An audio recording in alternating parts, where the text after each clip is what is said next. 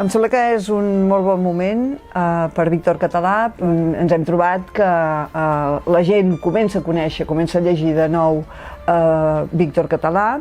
Aquesta dona, esclar, amb una literatura del tombant dels segles XIX al XX, va aconseguir, entre d'altres coses, escriure un text com La infanticida, que és un monòleg i és una meravella, o una obra com Solitud, però a més, tota una sèrie de narracions breus que després van conformant un mosaic. Precisament ella escriu sobre uns temes considerats tabú des de la perspectiva artística.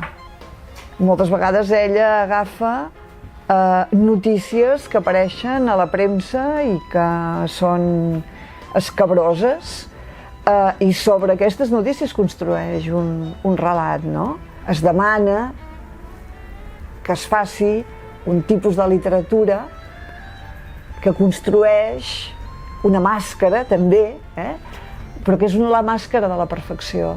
Què fa Víctor Català? Doncs agafar la realitat per allà com és, no? I anar a buscar la condició humana. I, per tant, a trencar esquemes, a trencar estereotips, a destruir prejudicis. El llibre és un assaig, un viatge personal per la seva obra amb una intenció que era intentar de veure quin és el conjunt d'aquesta obra, no? Partir dels estereotips que hi ha al voltant, construïts al voltant de Víctor Català, començant pel nom, quines màscares inicia, perquè Caterina Albert i Paradís és una dona que escriu i que construeix personatges justament per fer una obra, no només per preservar-se com a escriptora dona, sinó per construir una obra.